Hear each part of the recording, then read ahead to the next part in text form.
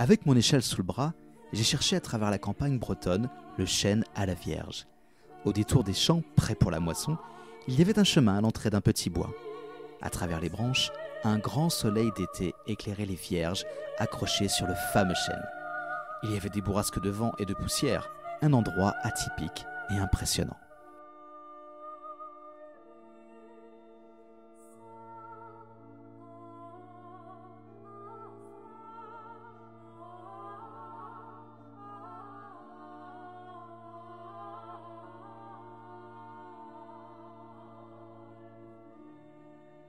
Attendre la belle lumière.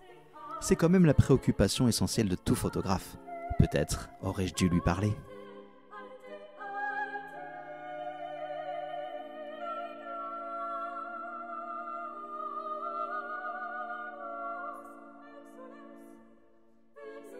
Avant de partir à sa rencontre, à 20 minutes de chez moi dans le Val d'Oise, quelques recherches m'apprennent que cette statue monumentale de Notre-Dame de France mesure plus de 7 mètres, mais qu'en plus elle se trouve perchée sur un piédestal d'une hauteur de 25 mètres.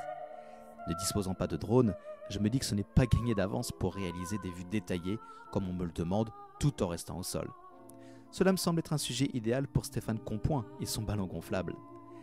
Arrivé sur place, la statue est bien là, à l'écart des villages, perdue au milieu des champs de blé.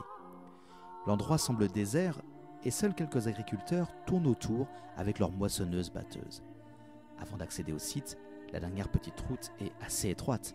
Pourtant, il y a bien au bout un parking spécial bus. J'ai du mal à m'imaginer des centaines de pèlerins dans cet endroit isolé.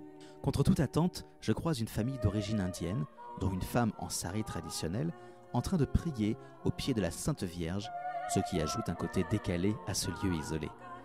En ce jour de canicule, aucun nuage ne vient troubler cette séance photo et la lumière est du bon côté.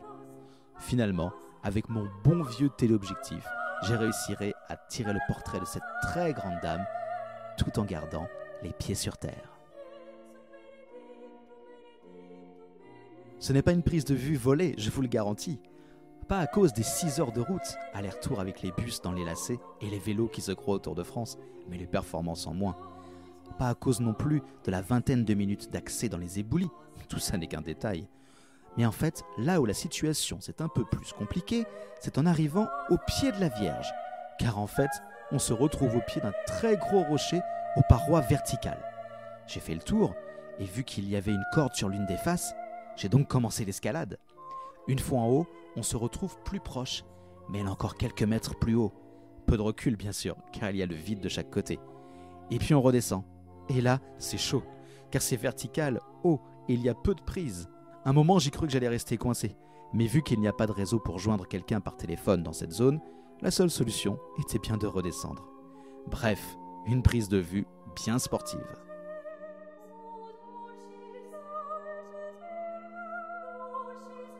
Je suis arrivé sur place en fin d'après-midi pour avoir une belle lumière, mais le temps de redescendre dans la plaine pour sortir mon aéronef, le ciel s'est voilé et le vent s'est levé. C'est assez fréquent après une chaude journée dans la vallée du Rhône. Je n'ai donc malheureusement pas pu réaliser des photos aériennes. Finalement, il y avait un mur qui, en plus de ma taille, m'a permis de ne pas être trop en contre-plongée.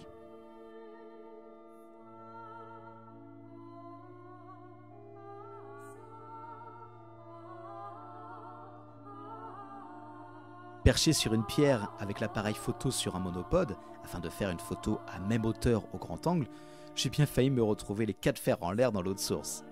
Tout cela après avoir évité en voiture les ornières en lisière de forêt pour accéder au site.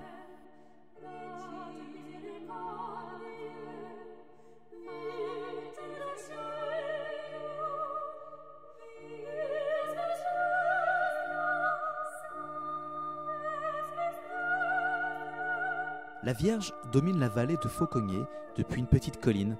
On nous avait décrit une Vierge mesurant 2-3 mètres.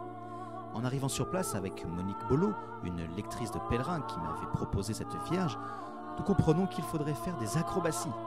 La Vierge et surtout son visage est à plus de 5 mètres de haut. Et la demande était claire, il faut photographier le visage de face. Notre perche et grand escabeau ne suffiront pas. Nous redescendons alors dans la vallée à la recherche de grandes échelles. Retour sur place. Le terrain est en pente c'est l'époux de Monique qui prend en charge la construction d'un échafaudage. Et sous le regard amusé de Monique, la prise de vue peut commencer. Nous avions promis que cela ne durerait pas longtemps. Au final, nous sommes restés 3 heures et nous avons terminé la séance autour d'un apéritif. Monique s'exclama. « Vous voir arriver pour pèlerin m'a fait plus plaisir que de gagner au loto. » J'ai été obligé d'attendre 2 heures que le soleil veuille bien passer au-dessus des arbres et enfin éclairer cette Vierge.